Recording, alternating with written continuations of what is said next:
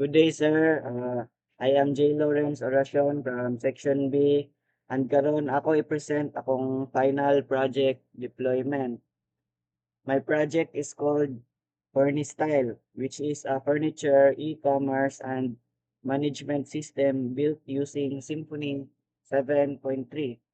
So, ang system, it allows user to browse furniture products, mag-add to cart, dayon and maka-check out. Then naapod tay mga staff panel diri for managing products and categories. Dayon naapod tay admin panel para sa users, orders and reports. Also, naapod ni siya mga REST API with GWT, mainly for mobile app integration. Pero karon ang focus nato is the deployed web application. In this video, ako ipakita ang source code, GitHub repository, deployment process using Railway, and managing live demo sa system. So, uh, me. Now, I will explain the structure of my project. So, there is a source folder. Dayon mo ni ang main logic sa system. Sa controller, kani siya, dili na ako gihandle ang routes and logic. For example, na ako'y homepage controller, kani siya, na ako'y product controller, na ako'y category controller, na ako'y shop controller, o admin controller, and many more. Mao ni sila ang nag-control sa flow sa application. Next, adto ta sa entity folder. Kani siya. Diri na ko gi-define ang database models using Doctrine ORM. Examples ani kay ang user, product, category, customer, order, and activity log, yon, etc. etc. Sa form folder, kani siya, sa form folder, ginagamit na ko ang Symfony Forms para sa input handling. For example, product type, category type, registration type, kani mao ni sila ang nag-handle validation of form structure. Then sa repository, diri ang custom queries para sa database. Sa to? Ay wala dito sa GitHub signature. Diri. If we check, if we check config packages, diri naka-figure ang important components like Doctrine for database, security for authentication and roles, mailer, GWT authentication and API platform. Sa templates folder, diri, sa templates folder, mao ni ang twig files for front-end rendering like shop pages, admin panel, and product pages. Now, dirita sa atuang .env. Ah, now, diri sa env na diri ang environment variables for deployment like app env, database URL, GWT, settings, and mail configuration. Important note, dili ni siya gi-upload sa GitHub for security. Lastly, sa migrations folder, na ang database migration files, mao ni ang ginagamit para matrack ang changes sa database schema over time. So, overall, the structure follows Symfony best practices and separation of concerns. I will show my GitHub repository. Kani. Here is my full source code uploaded sa GitHub. Makita diri tanan project files including controllers, entities, templates, configs, and deployment setup. Then if i-open nato ning commits dire, kani siya. So makita nato nga naa ko'y multiple commits with clear messages which shows continuous development. Important pod nga ang that env file is not included for security reasons. Instead, na ako'y deploy that env that example, which kani siya, which serves as guide for required environment variables.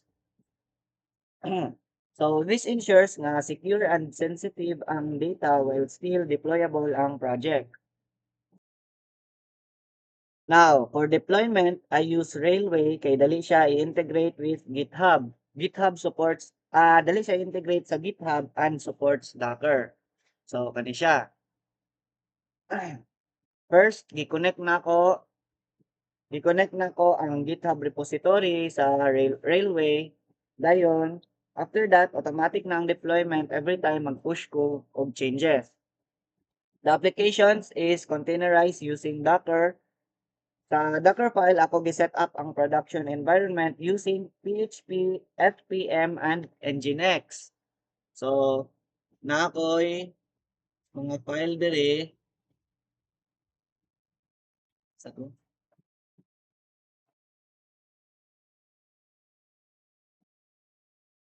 So, na diri sa Docker entry point.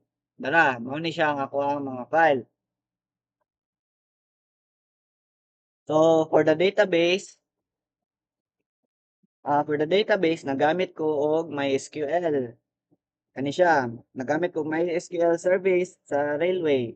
Ang connection is stored sa database URL, environment variables. Then diri sa Railway dashboard, kay ako giset ang environment variables based deploy.env.example like app env as production app debug set to 0. Then database config, GWT config, mailer, and OAuth credentials. During deployment, ang migrations kay auto-run para ma-update ang database schema. If needed, pwede po manual gamit Symfony command. Some issues I encountered kay wrong database URL, missing app secret, and OAuth redirect mismatch. Na-solve na ko by double-checking configs and updating settings. After sa successful nga deployment, Railway provides a public URL. So, kani siya, which hosts the application. Now, I will demonstrate the live application. So, mao ni siya. Oh, na siya .railway.app.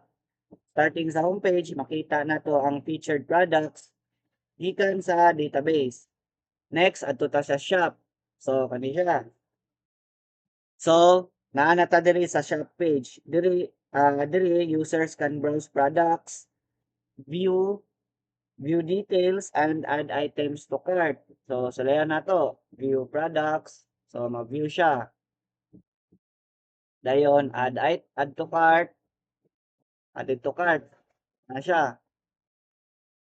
Dayon, ug ato ni siyang i-check out kay dili siya ka-check out kay syempre wala man ta naka-login. So if i-proceed na to, pangayohan ta niya daan og account. Adiser na to siya ma-check out. So now, I will show the registration page. This uses Symfony form validation para ma-ensure sakto ang input. So, ang ako ang i-login diri una, so mag-customer ko.